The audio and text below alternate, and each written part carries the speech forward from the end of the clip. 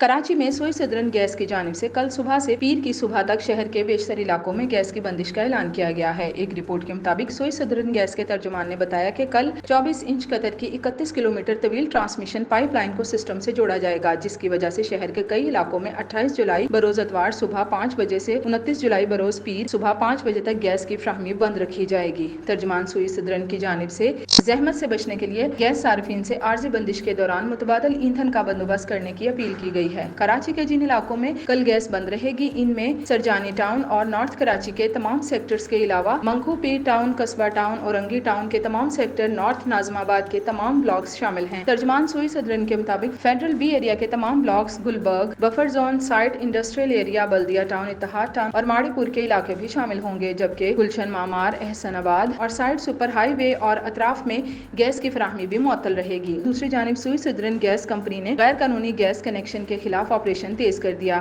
پنجاب، خیبر پختونخوا اور اسلام آباد میں مزید 30 گیس کنیکشن منقطع کر کے 19 لاکھ سے زائد کے جرمانے عائد کر دیے گئے۔ ترجمان سوئی سدرن گیس کمپنی کا کہنا تھا کہ لاہور اور فیصل آباد میں گیس کے غیر قانونی استعمال پر 9 گیس کنیکشن منقطع کیے اور 13 لاکھ کے جرمانے بھی عائد کیے۔